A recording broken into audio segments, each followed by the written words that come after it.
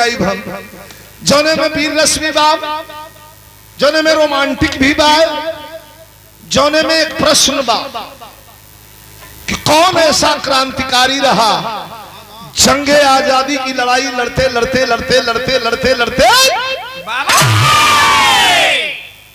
India छोड़ करके और दुश्मनों के घर में घुस करके और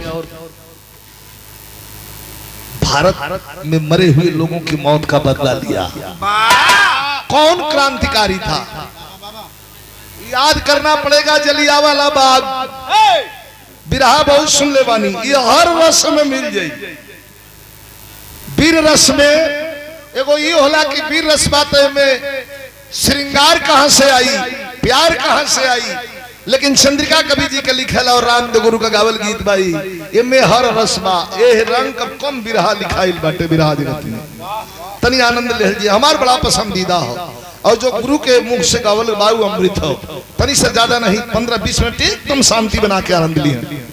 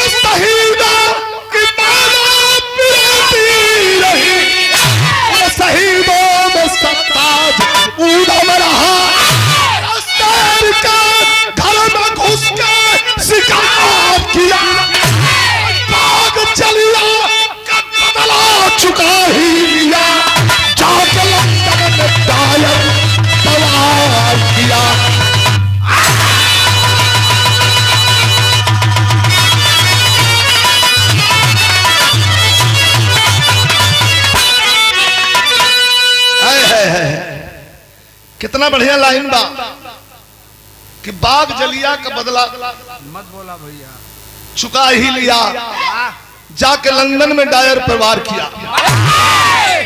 एक गरीब घर से लिखने वाले ने लिखा है और विद्वानों ने कहा है कि हिम्मत मर्द और मदते खुदा।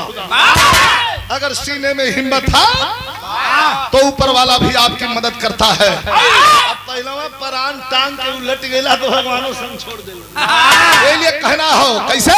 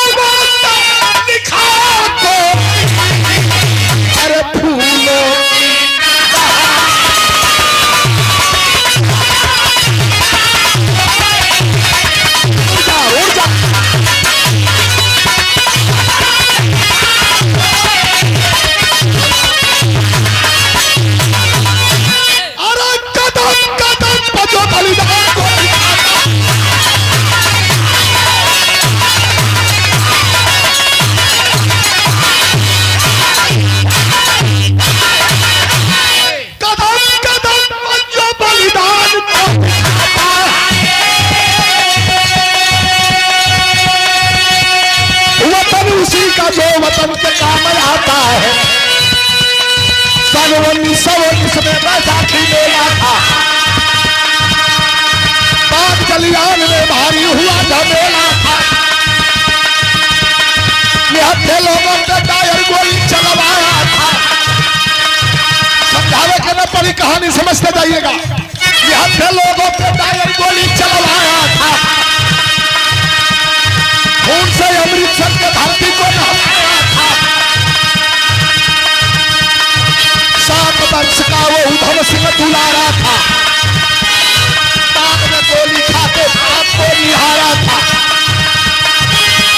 खाला का सब्जी बना दिखाऊं, खाला का सब्जी बना दिखाऊं, बात का बदला।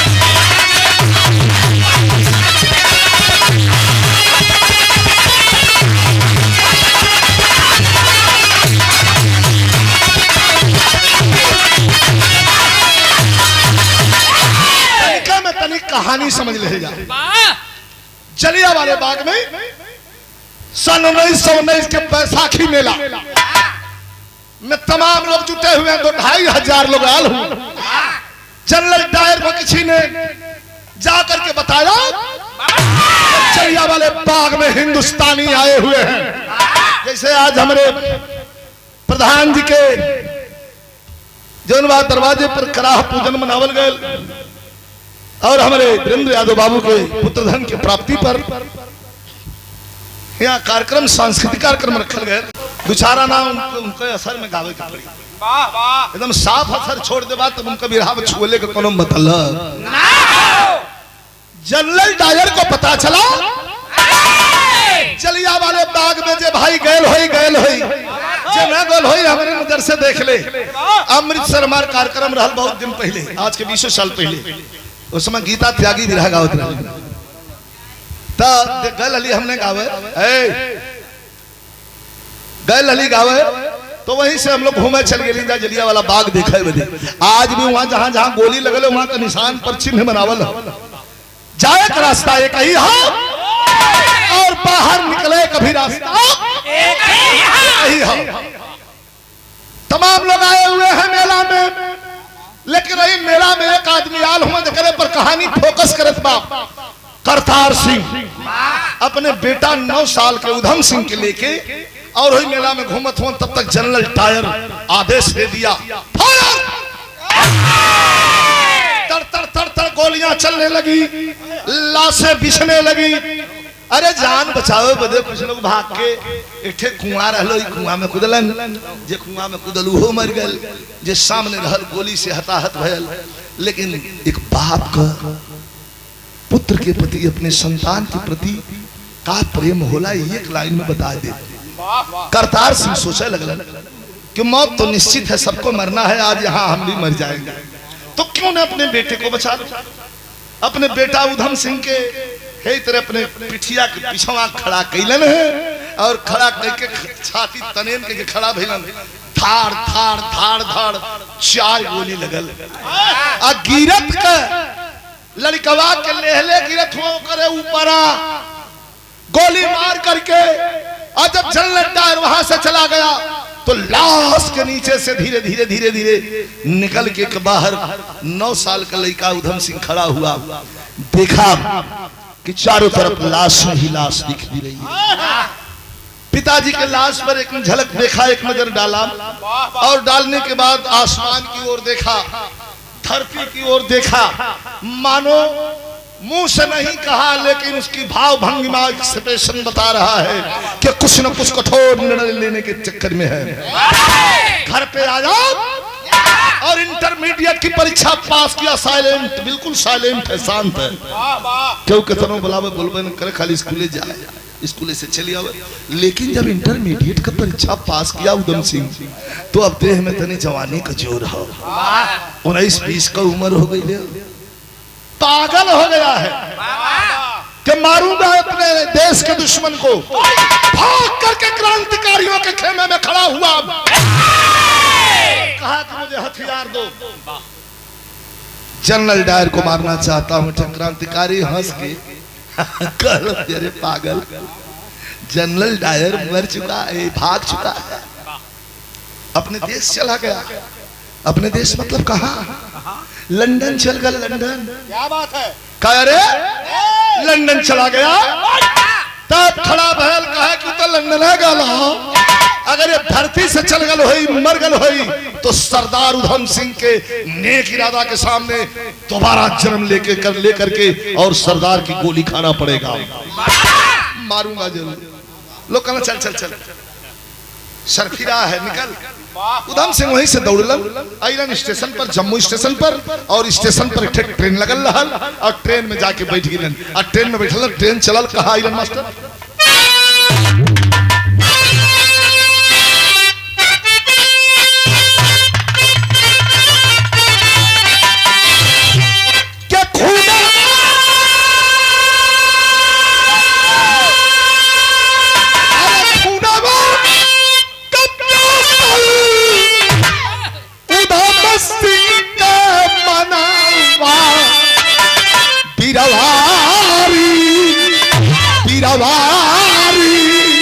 अरे घूमत पहुंचा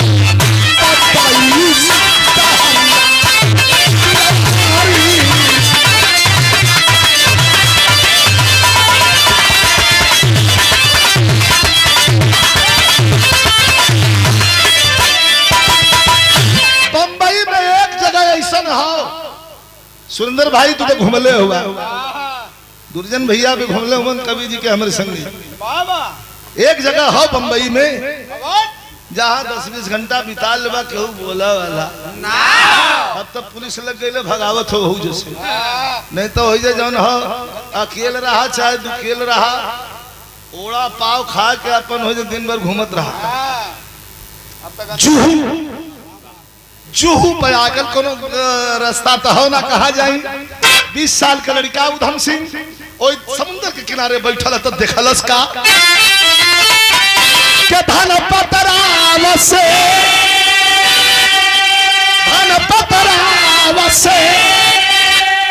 करे खायन कुमारिया।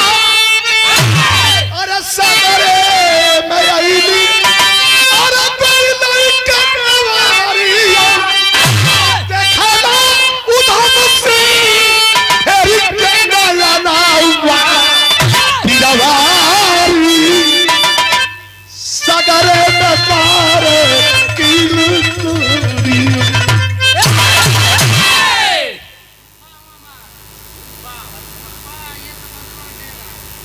ये 500 रुपया पुरस्कार हमारे वीरेंद्र बाबू के फूफा जी हैं, आपके द्वारा ये पुरस्कार मिलल बटे। शुभ चरणों में प्रणाम, सब भाई पे प्रणाम।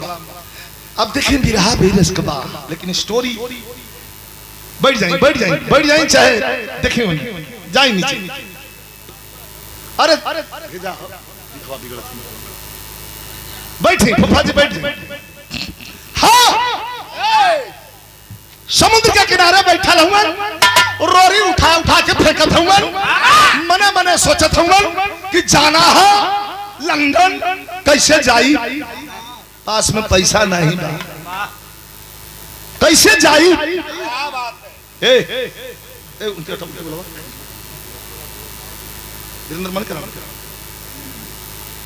बस लास्ट वार्निंग है, आवाज ना आगे चाहिए।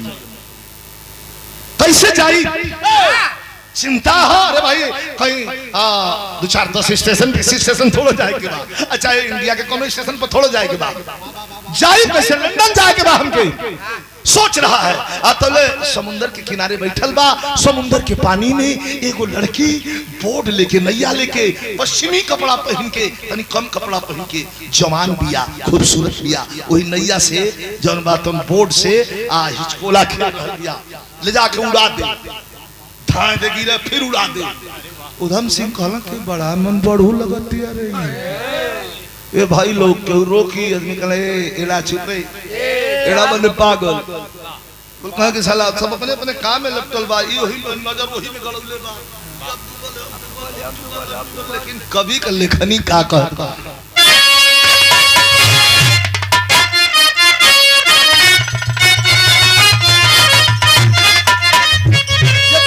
प्रेमी होई ये बिरहा में का अक्सर लाइन आप लोग इनके कुछ न कुछ याद कर, ये बिरहा से प्रेम करत हुई। समुंदर का पानी, पानी में नैया, नैया में लड़की, लड़की पर जवानी। उधम सिंह देखत हूँ। अच्छा ये अखियों गजब नीक चीज देखे ले तो भाग भाग अखिया एक तो कोई में नजर गलो मन कि अब डूबल तब डूबल कहवा कि हमार मन कहता कि डूबी, लेकिन कभी जी कहत हूं कि लहर मारे, अरे लहर मारे जवानी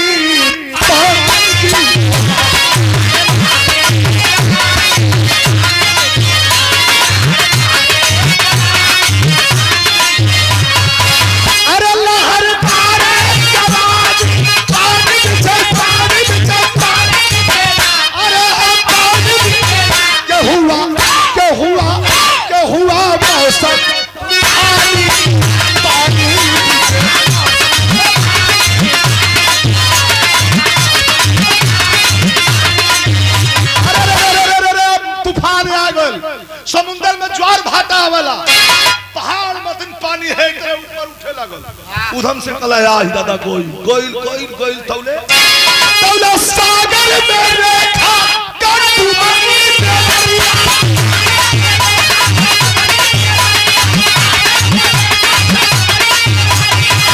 अरे सागर में रेखा कर डूबनी नवरिया अब बागी उधम से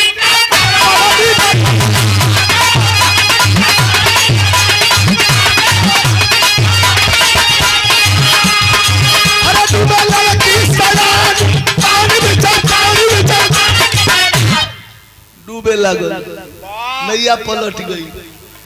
कल आज दादा डूब गए हैं भाई लोग डूब गए। आदमी कला रे साला पागल है क्या, छोड़ो इसको। लेकिन अकेले मन सोच रहा है उधम सिंह किनार पर बैठल बा, देखले बाकी डूब गई बिया। अब ही डूबत या उतरातिया, डूबत या उतरातिया। मन सोच रहा है उधम सिंह, मन सोच रहा है उधम सिंह लड़की को बचाने जाऊंगा, डायर को कैसे मारूंगा जब बीच में डूबकी खाऊंगा।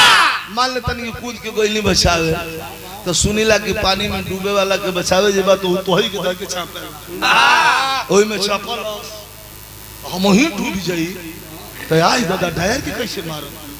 फिर बागी दिल ललकार कहा, फिर बागी दिल ललकार कहा, ये वीर जो हिम्मत हारोगे, एक लड़की नहीं बचा सकते, डायर को कैसे मारोगे। हर इंसान का हृदय दो भागों में बटा होता है, एक अलिंद दूसरा नीलय, एक सकारात्मक एक नकारात्मक, एगो कहला हो एगो कहला ना। एक दिल ललकार रहा है कि अरे पागल 7 समंदर पार करके जनरल डायर को मारने के लिए तैयार हो, समुंदर के थोड़े से पानी में नन्ही सी जान को नहीं बचा सकते और 7 समंदर पार करके जनरल डायर को मारने का ख्वाब देख रहे हैं। कूद पड़ा है उधम सिंह, कूद पड़ा है उधम सिंह, लड़की को पीठ चढ़ाया है करके थपेड़ा लहरों का उधम किनारे लाया है। डूबत तिरात खींचत खाचत कैसो पानी तो बड़ा जोर न मांगेला, खींचत खाचत कैसो किनार पर ले आई और बालू के रेत पर सुतावत आई भैया आ तो फेफड़ा सूख गइल बा, अपने आप के संभार ना पौलस, मूर्छित होके लड़की के सुतौलस बालू के रेत पर और उधम सिंह वही जो वो गिर गइल। आज जब गिर गइल उधम सिंह तो दोनों को गिरता देख कभी का यहाँ कल्पना देखी कितनी बढ़िया उपमा दे रहल बाणन, दोनों गिरल बाणन से, लेकिन कभी कहत का हूं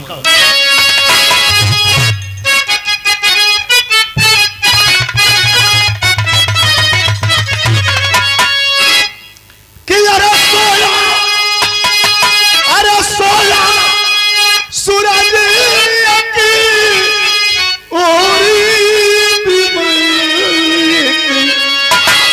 अरे सोया सूरज की ओरी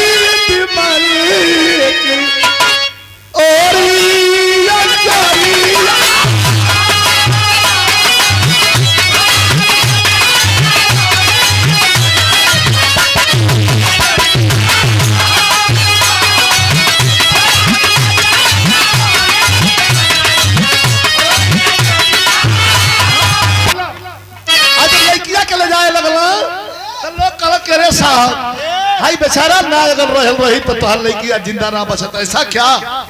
धनपत राव सेठ की इकलौती बिटिया 3 फैक्ट्री का मालिक है, उठा लिया दोनों को। प्रिया चरित्रम पुरुषस्य भागम, प्रिया का चरित्र पुरुष का भाग कब करवट ले ले कोनो ठीक।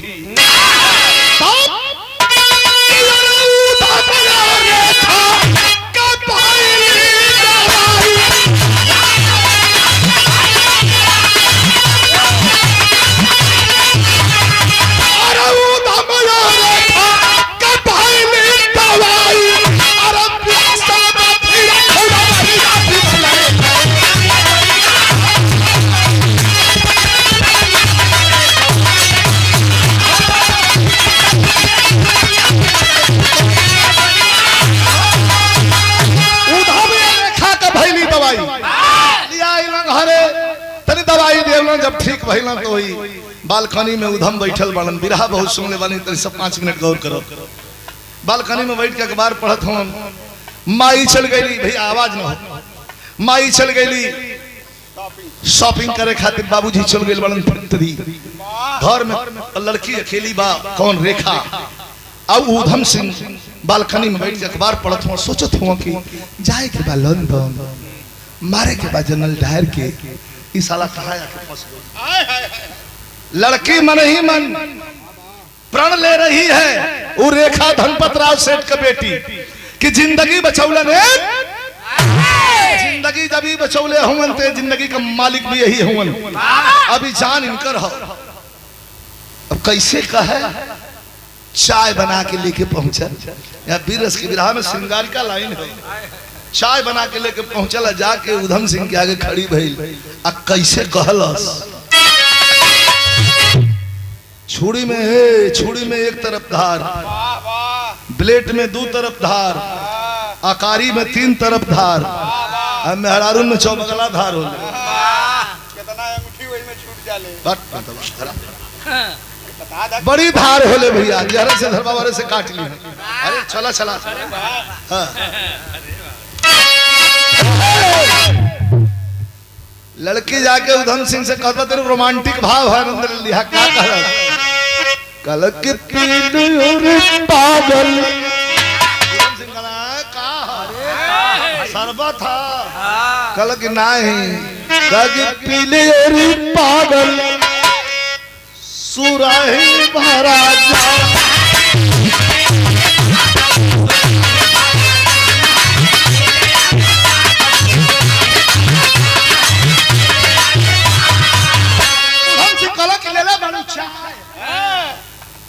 पीला जाम जैसे सुरेंद्र भाई को ले ले बड़ू पाव,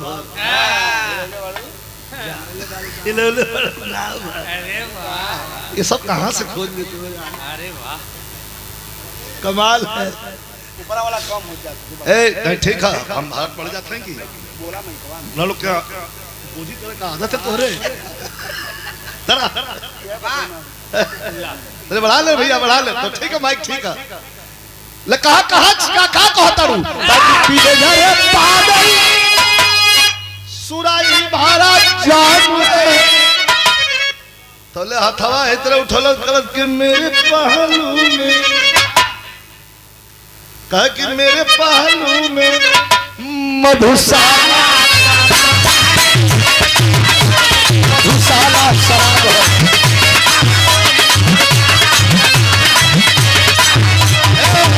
लड़की खोल के बोल, की बिना प्यार का, बिना प्यार का अरे कोई जीवन नहीं है, प्यार भरी जिंदगी दुनिया में नाम है। प्यार कर लो हमसे, कहे क्या कहना चाहती है? कहे सुराही में भरा हुआ जाम, मतलब ये जवानी में, जिस्म में भरा हुआ जवानी का जाम, ये तुम्हारे लिए है लड़के। उधम से कहा खबर तोड़ देखा कहन की जाम जबरी, सबके लिए लाइन हो प्रधान जी कि जाम जबरी पिलाना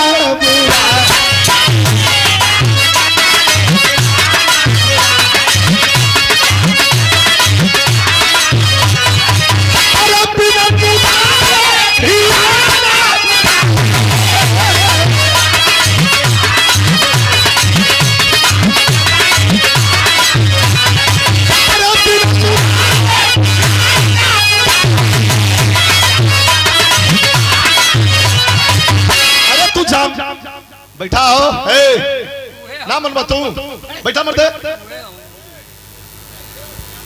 एक लाइन कहलन कि जाम पिला रही है कि जाम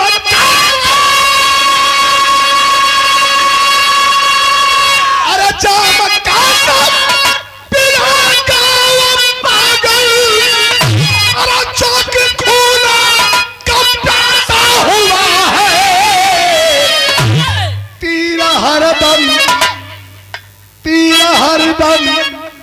चलाना बुरा है।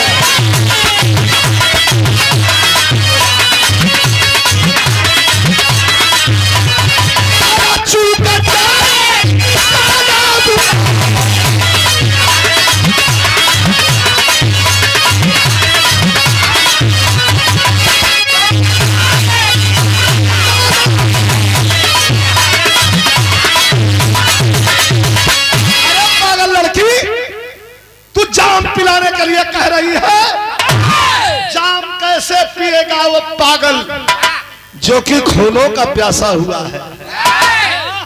खून का प्यासे हैं हम, जाम पिलाने की बात कर रही है। अच्छा तो मेहरारू का सबसे बढ़िया हथियार का है,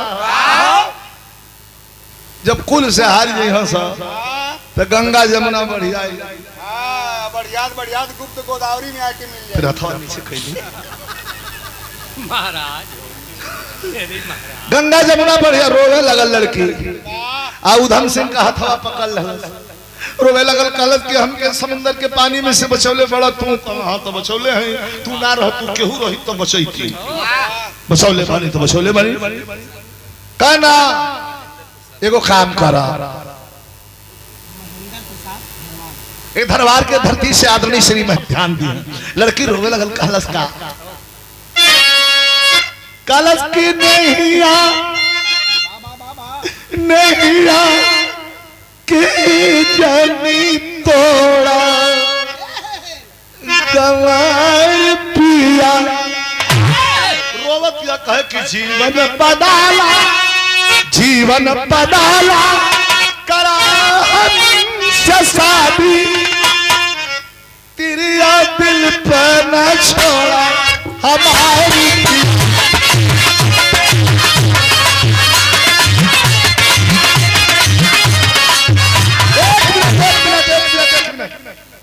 खुल गई लड़की का शादी करना हमसे। उधम सिंह कहते रहे पागल लड़की शादी शुदा आदमी को शादी के लिए प्रेरित करती है। शादी हो गई है कह कैसे कहा गलत। बाबूजी भी हनवा पूछला तो कहला कि बियाह नहीं के भइल मैरिड बनी आई बेरा तोर बियाह हो गइल बा। तब उधम सिंह आइल फार्म में शादी हमार हो गइल बा कैसे भइल बा। जवानी जिसकी पानी बन गई, अरे जवानी जिसकी पानी बन गई, अरे बाधा सर पर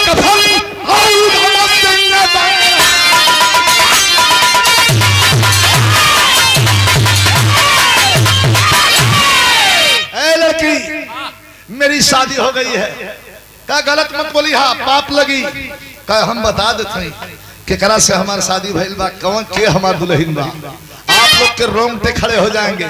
का उधम सिंह कहलन ऐसा जज्बा था देश के प्रति, का कहलन मास्टर अरे टपट के बोला, अरे टपट के बोला उधम सिंह बैरागी कुंदर आती थी आओ होई गई।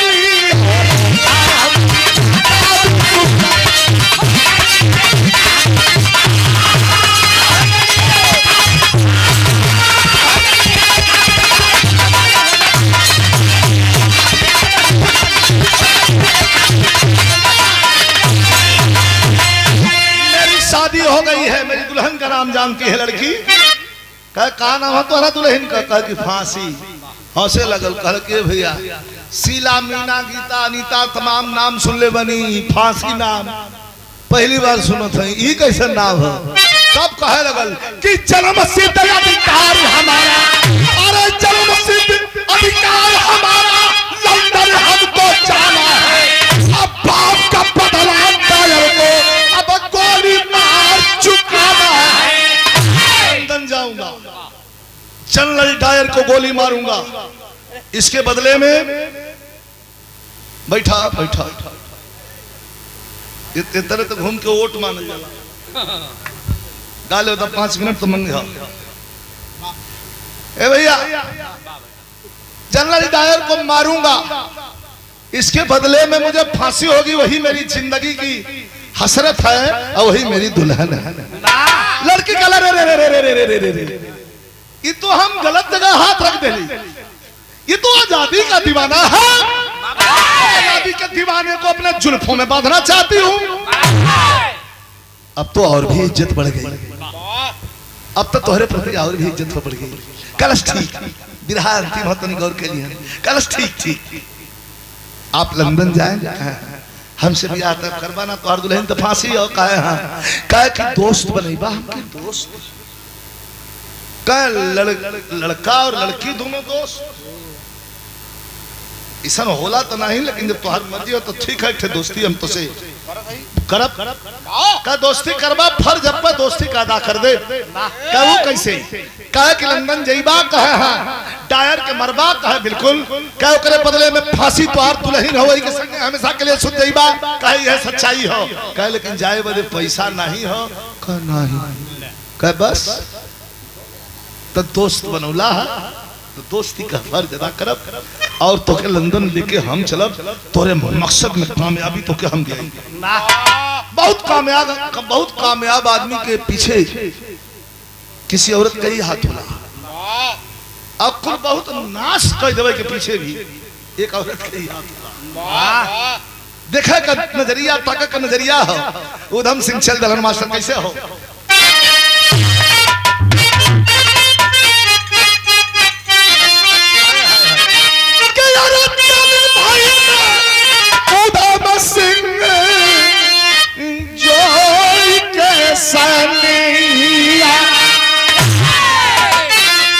संगवा मेरे खा चलन बन के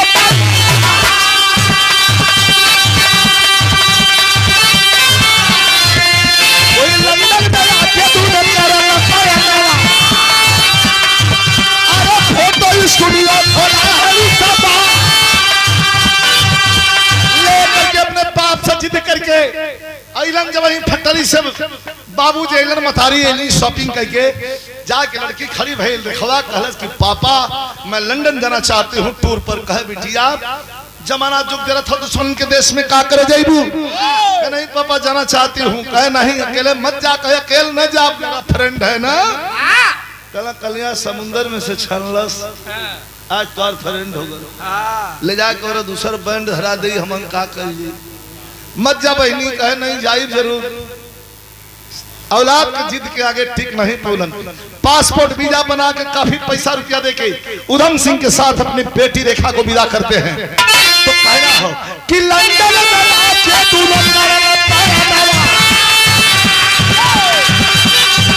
अरे फोटो स्टूडियो खोला है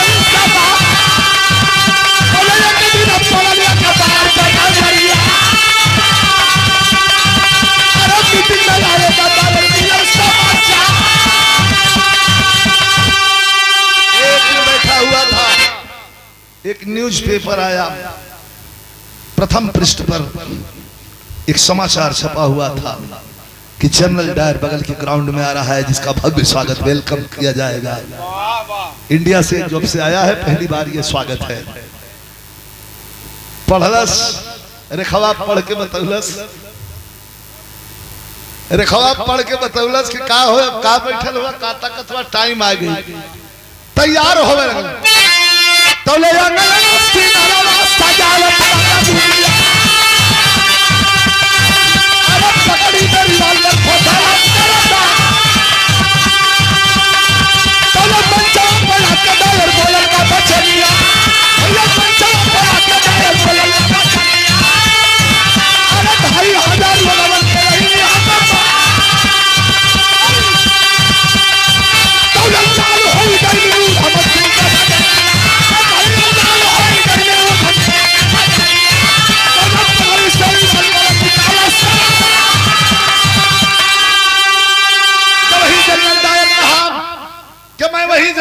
सामने खड़ा हूं, जलियांवाले बाग में 2500 लोगों को कुत्ते की मौत मारा था। अरे खड़ा काला से आपका बैठल हुआ, पकड़ी सरिवाल पर खींच के खड़ा हुआ, जोर से आवाज दिया, भारत माता की, माता की, माता की। मरलस 3 गोली उठ गई। अंग्रेजी सिपाही दौड़ दिए अंग्रेजी सिपाही मारने के लिए रिवाल्वर चढ़ा करके। पट्टा पंजाबी हाथ ऊपर कर लिया, अंग्रेजों के हवाले कर दिया खुद को। पकड़ के लाते हैं, मुकदमा चलाया गया तो जजों ने पूछा कि पट्टा तुम्हारा कोई वकील है? कहा कि अगर ब्रिटिश गवर्नमेंट कोई इतराज न हो तो पट्टा पंजाबी अपनी वकालत खुद करेगा, इजाजत है। वकील ने चीख करके कहना शुरू कर दिया कि माय लॉर्ड, ये बदतमीज लड़का मेरे देश के इतने बड़े सीनियर अधिकारी के सीने में गोली क्यों मारा? यही सवाल है और कुछ ज्यादा नहीं कहूंगा। हंसते हुए उधम सिंह ने जवाब दिया कि तुम्हारे सीनियर अधिकारी के सीने में मैंने गोली क्यों मारा? तो एक सवाल मेरा भी है, 2500 जलियांवाले बाग में बेगुनाहों के खूनों से धरती को क्यों रंग दिया था इस गद्दार ने? मेरे बाप के सीने में गोली क्यों मारा था इस गद्दार ने? मौत का बदला मौत, मैं तो 2500 लोगों के मौत का बदला मात्र एक मौत से, इसकी मौत से लिया हूं। सुन करके जज ने कलम तोड़ दिया, कहा अरे अशिष्ट लड़के, जानते हो इसकी सजा क्या होगी? हाँ, फांसी। सुना दिया अपना फैसला जज। कल 12:30 पर 12:30 बजे फांसी चढ़ा दो इसको। चेहरे पर तनको मायूसी नहीं हो, मंद मंद मुस्कुरा रहा है, लेकिन कवि की लेखनी अंतिम भाव में क्या कहती है?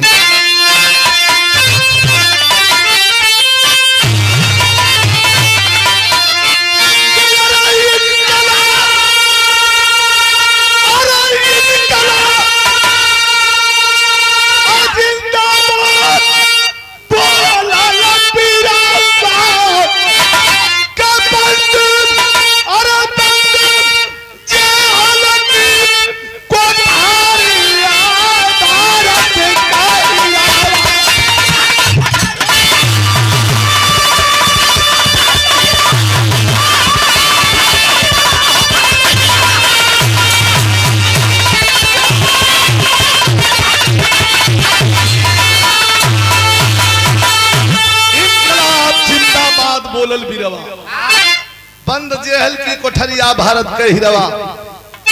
सुबह 7 साढ़े 7 बजे जेलर पहुंचा। आखिरी लाइन है, जरा गौर कर लीजिएगा। जेलर पहुंचा और देखा कि पट्टा पंजाबी नहा धो करके बैठ करके गुरु ग्रंथ पढ़ रहा है।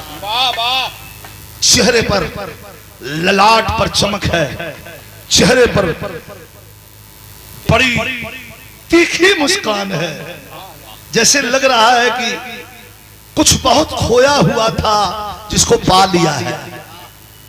आकर के पूछा जेलर,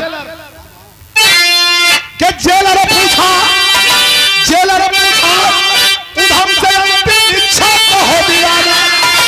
अपनी अंतिम इच्छा बताओ जवान। आंखों में आंसू आ गया। कहा कि मेरा इच्छा, अरे मेरा इच्छा कि राखे दस्तों भारत में पहुंच जाना। बराबर खला से दीदारिया भारत के इलावा। रोने लगा, आंख में आंसू है। कहा मेरे बाप के सीने में गोली तो इस हरामजादे ने जलियांवाला बाग में मार दिया। माई हमारे खौफ में मर गई, दादी भी अब नहीं है, दुनिया में कोई नहीं है। लेकिन एक बात, एक हमारी दोस्त है जिसके मदद से हम अपने काम में, मकसद में कामयाब हो पाए। रेखा, उसी को बुला दीजिए, मिलना चाहते हैं। पुलिस पहुंची और रेखा को पकड़ करके लेकर के आई कि 12:30 बजे फांसी पर झुला दिया जाएगा, चलो चल के मुलाकात कर लो। रेखा आई लिया और आके खड़ी हुई सामने। जब गलियारा से बाहर निकाला जाता उधम सिंह के, तो जरा नजर खोल के देख लिया कैसे निकलता हो। अरे 60-65 किलो 70 किलो का वजन हो, 50 किलो के लोहे का जंजीर, गले में काला, हाथ में हथकड़ी, पांव में बेड़ी, आज जब निकलल कलियरा में तो लगा कि कोहबर से दुल्हा झूमत निकल।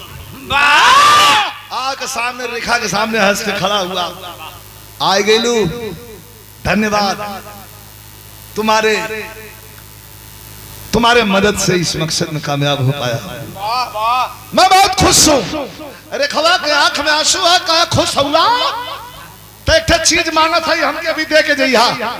अरे पागल, मरने वाले से कुछ मांगने की इच्छा रखती है? कहा हाँ, इठे इच्छा हमारा हो। कहा का मांगल चाहती हूँ? यह जान मत मंगिहा, कोई के दे दिले है, एक छोड़ के जो कुछ मांगना हो मांग। कहा कि जान न चाहिए तो और बहन फांसी हो? कहे हाँ। अब मैं फांसी के संग में सुध जाइबा? कहे हाँ। कहा वही अपने दुल्हनिया का हमके सौत बना देवा का मतलब नहीं समझ ली। कहा अपने हाथ से सिंदूर दे के तो जाया। भला क्या?